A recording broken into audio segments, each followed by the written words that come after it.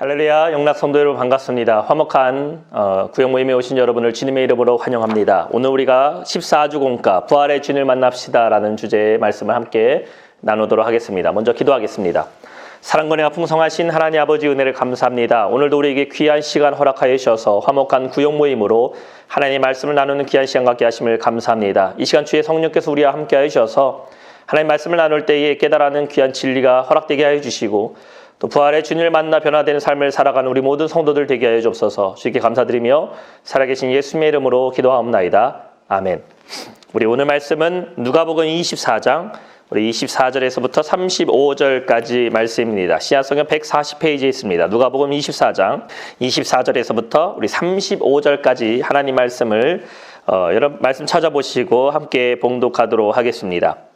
또 우리와 함께 앉아 중에 두어 사람이 무덤에 가 과연 여자들이 말한 바와 같음을 보았으나 예수는 보지 못하였느니라 하거늘 이르시되 미련하고 선지자들이 말한 모든 것을 마음에 더디 믿는 자들이여 그리스도가 이런 고난을 받고 자기의 영광이 들어가야 할 것이 아니냐 하시고 이에 모세와 모든 선지자의 글로 시작하여 모든 성경이 쓴 바 자기에게 관한 것을 자세히 설명하시니라. 그들이 가는 마을에 가까이 가매 예수는 더 가려 하는 것 같이 하시니 그들이 강권하여 이르되 우리와 함께 유하사이다. 때가 저물어가고 날이 이미 기울었나이다 하니 이에 그들과 함께 유하러 들어가시니라. 그들과 함께 음식을 잡수실 때에 떡을 가지사 축사하시고 떼어 그들에게 주시니 그들의 눈이 밝아져 그인 줄 알아보더니 예수는 그들에게 보이지 아니하는지라. 그들이 서로 말하되 길에서 우리에게 말씀하시고 우리에게 성경을 풀어주실 때에 우리 속에서 마음이 뜨겁지 아니하더냐 하고 곧 그때로 일어나 예루살렘에 돌아가 보니 11제자 및 그들과 함께한 자들이 모여 있어 말하기를 주께서 과연 살아나시고 시몬에게 보이셨다 하는지라. 두 사람도 길에서 된 일과 예수께서 떡을 떼심으로 자기들에게 알려주신 것을 말하더라. 아멘. 자, 오늘의 제목은 부활의 주님을 만납시다입니다. 예배 가이드부터 함께 살펴봅니다. 우리들에게 들려진 말씀을 통해 교회를 사랑하며 주님 다시 오실 때까지 삶에 주어진 사명을 잘 감당해 나가는 기쁨의 성도가 됩시다. 자, 우리가 부활절 지난주일 예배로 행사가 끝난 것이 아니라 우리는 그날 이후로 오늘까지 우리의 삶은 이 부활하신 주님을 경험하는 삶, 부활하신 주님을 증거하는 삶을 살아야 됩니다. 그렇다면 우리는 어떻게 부활의 주님을 증거하는 삶, 변화된 삶을 살아갈 수가 있을까요? 자, 우리 내용을 함께 살펴보겠습니다. 인간의 불행은 믿지 않는 것에 있습니다. 사람을 믿지 않고 사랑한다고 말해도 그 사랑을 믿어지지 않는 것이 문제입니다. 매일같이 사랑하느냐 확인하지만 그것도 믿지 못해서 그런 것입니다. 불신의 시대를 살아가고 있습니다. 가족도 믿기가 힘들고 아내와 남편도 믿기가 힘들고 사실 이 세상에 믿을 만한 사람 없다라는 말이 습관적으로 고백하는 것 같이 사람들 사이에 믿음이 사라지는 그런 시대를 우리가 살아가고 있다는 겁니다. 그러나 예수님이 부활하신 것은 엄연한 사실입니다. 그러나 그것을 믿지 않습니다. 이론과 실제는 달라요. 부활하신 예수님을 체험하고 동행하는 믿음을 가진 사람과 부활하셨다고 그냥 들은 사람과는 다르다라는 겁니다. 부활하신 주님을 믿는 사람과 그냥 예수님 부활하셨대 그것을 정말 내 마음에 믿지 않고 살아가는 사람은 큰 차이가 있다는 것이죠. 부활하신 주님을 만난 사람은 어떻게 다를까요? 첫 번째, 눈이 밝아졌습니다. 자, 누가복음 24장 31절에 그들의 눈이 밝아져 그인 줄 알아보더니 예수는 그들에게 보이지 아니하시는지라. 본래 그들의 눈은 부활하신 예수님이 곁에 계셨음에도 불구하고 알아보지 못했습니다. 그래서 예수님이 곁에서 물어보실 때에 그들은 슬픈 모습을 하고 있었습니다. 엠마오로 가는 두 제자 주님을 만났습니다. 부활하신 주님을 만났으나 그들은 정말 예수님이 부활하셨다는 것을 믿지 않았기 때문에 주님이 옆에 계셔도 부활하신 그 주님이 그들과 함께 동행했어도 그 주님을 보지 못했다라는 것입니다. 영안이 열려야 주님을 알아볼 수가 있습니다. 그리고 영안이 열려야 자기 자신도 볼 수가 있어요. 자신을 보지 못하기 때문에 기고만장한 사람들이 많이 있습니다. 이런 사람들이 문제가 되는 것입니다. 사울은 로마의 시민권을 가지고 있었고 최고의 석학인 가말리엘의 문화에서 공부를 한 것이 그에게는 절대적이었던 것이었습니다. 그래서 예수님을 믿는 사람들을 잡아서 감옥에 넣는 일에 앞장섰습니다. 자신의 지식에 사로잡혀 있는 사람, 내가 믿는 것만 믿었던 사람이었기 때문에 그는 주님을 믿지도 않았고 반대로 주님을 믿는 자들을 감옥에 집어넣고 그들을 죽이는 것을 자신의 정당한 의로 여겼다는 것이죠. 하지만 사울이 어떻게 됩니까? 다메섹으로 예수 믿는 사람을 잡으러 가던 중에 하늘로부터 빛이 비추며 사울아 사울아 내가 어찌하여 나를 박해하느냐 주님의 음성을 듣게 됩니다.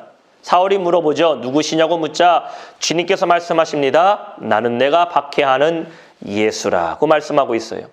사울이 언제 예수님을 박해했습니까? 하지만 예수님 믿는 자를 핍박하는 것이 곧 예수님을 핍박하는 것입니다. 사울이 눈은 떴으나 아무것도 보지 못하게 되어 사흘 동안 보지도 못하고 먹지도 못하고 있다가 예수님의 계시를 받은 아나니아가 그를 안수하게 되자 비로소 사울의 눈꺼풀이 열리게 되고 그를 볼 수 있게 됩니다. 이후에 그는 목숨을 걸고 예수님을 전하게 되죠. 그의 이름이 사울인데 이는 큰 자라는 뜻이었습니다. 그러나 그 이후로 그의 이름이 바울로 바뀌게 되는데 이는 작은 자라는 것이에요. 영의 눈이 밝아진 사울은 자기 자신을 낮추게 된 것입니다. 자, 그래서 그는 고백하고 있죠. 나는 사도 중에 가장 작은 자라. 나는 하나님의 교회를 박해하였으므로 사도라 칭함 받기를 감당하지 못할 자니라. 모든 성도 중에 지극히 작은 자보다 더 작은 나에게 이 은혜를 주신 것은 측량할 수 없는 그리스도의 풍성함을 이방인에게 전하게 하시고. 자, 두 번째 예수를 만난 사람 어떻게 됩니까? 그 마음이 뜨거워져야 돼요. 따라합시다. 마음이 뜨거워진다.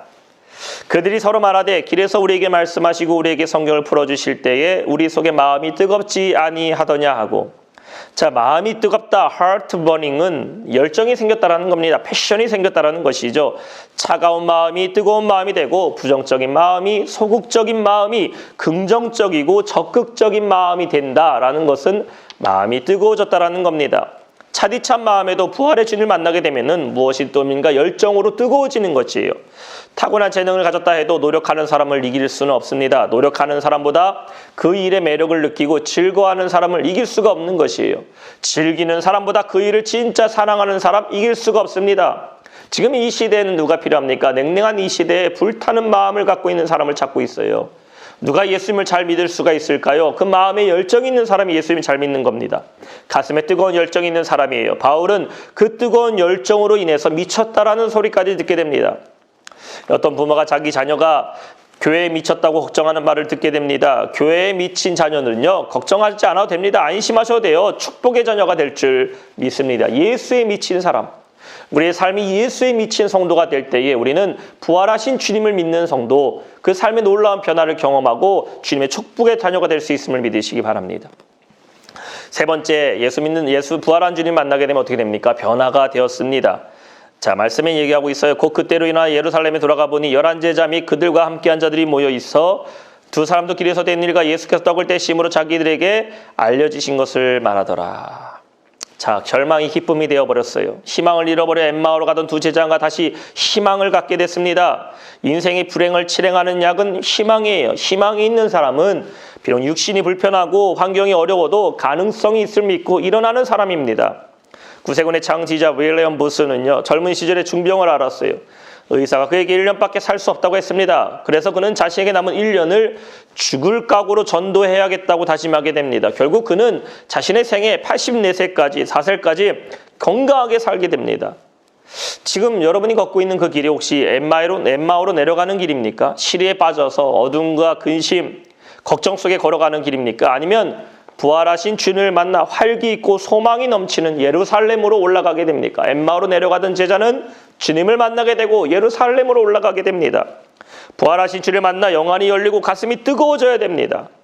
우리 예수의 무덤은 아무리 찾아가 봤자 빈 무덤입니다. 주님은 그곳에 계시지 않아요. 우리 주님은 부활하셔서 하나님 우편에 계시고 우리를 보시며 성령을 보내주셔서 주님이 오실 그날까지 영안이 열린 삶, 뜨거운 삶, 변화된 삶, 주님의 제자된 삶, 하나님의 자녀된 삶을 살기를 원하십니다. 이러한 놀라운 내 삶의 변화가 이 부활절을 기점으로 여러분의 삶 가운데 충만하시기를 바랍니다. 자, 빈칸에 알맞는 단어가 무엇일까요? 그들의 눈이 밝아져 그인 줄 알아보더니 예수는 그들에게 보이지 아니하시는지라. 그들이 서로 말하되 길에서 우리에게 말씀하시고 우리에게 성경을 풀어주실 때에 우리 속에 마음이 뜨겁지 아니하더냐 하고. 자, 판단과 정지하기 앞서 늘 생각해야 될 것은 무엇일까요? 나는 지금 올바로 보고 있는가? 내 눈은 올바로 열려 있는가? 우리는 그걸 생각해야 됩니다. 내가 누군가를 판단하고 어떤 상황을 볼 때에 우리의 눈이 혹시 덮여져 있지 않은가? 내 안에 원망과 불신과 두려움의 눈이 덮어져 있지 않은가? 우리는 돌아봐야 돼요. 사도 바울은 어떻게 작은 자로서 사명을 감당했습니까? 바울은 작은 자가 되었지만 사울의 큰 자에서부터 바울이란 작은 자가 되었지만 그 안에 누굴 만나게 돼요? 예수님 만나게 되니까 주님이 그를 큰 자로 세워주신 겁니다. 부활하신 주님 만나게 되니까 비록 그는 작은 자였지만 그 안에 그리스도의 열정이 있던 사람이에요. 마찬가지입니다. 우리도 아무리 작은 자라 할지라도 예수님, 부활하신 주님이 내 안에 있으면 우리는 주님이 주신 그 힘으로 큰 자의 사명을 감당할 수 있음을 믿으시기 바랍니다. 교회를 사랑하며 열정으로 사명을 감당해 나갈 일은 무엇일까요? 예배가 될 수 있겠죠. 또 열심히 복음을 전하는 전도가 될 수 있겠죠. 헌신과 봉사가 될 수 있겠죠. 오늘 우리가 구역 모임을 나누면서 이 구역 모임을 통해서 여러분 삶에 한번 결단하시기 바랍니다. 내가 부활하신 주님을 만나 내 삶에 어떠한 변화가 일어나야 될까? 지난 시간 저번 주의 삶이 아니라 우리는 이번 주의 새로운 삶, 날마다 새로운 삶을 계획하며 또 꿈꾸며 하나님의 사명을 감당하는 복된 삶을 살아가는 우리 모든 영락의 성도 되시기를 주님의 이름으로 축원합니다. 자, 우리 이렇게 오늘 말씀을 나누게 되는데 우리 여러분 삶 가운데 이 말씀을 지켜 행하고 또 하나님의 말씀 가운데 우리 눈이 열리고 마음도 열리고 또 삶의 변화를 경험하는 우리 모든 성도 되시기를 바랍니다. 기도합니다. 사랑과 은혜가 풍성하신 하나님 아버지 감사합니다. 부활하신 주님을 찬양합니다. 또 부활하신 주님 우리의 삶 가운데 임하신 줄로 믿습니다. 엠마오로 가던 두 제자가 주님 만났을 때에 그들의 눈이 열리고 마음이 뜨거워지고 또 그들의 삶의 변화가 일어났던 것처럼 부활하신 주님이 우리 삶 가운데 찾아오셔서 내 덮여있는 육신의 눈, 원망의 눈, 세상의 절망과 좌절의 눈을 다 벗겨지고 승리하신 주님만 보게 하여 주시고 아버지 냉랭한 우리 마음이 뜨거워지기를 원합니다. 사명에 불타기를 원합니다. 주의 예배의 은혜에 불타기를 원합니다. 뜨거운 마음 갖고 변화된 삶을 살아가는 우리 모두 영락의 성도들 되게 하여 주옵소서. 이 모든 간구를 살아계신 예수님의 이름으로 기도하옵나이다. 아멘.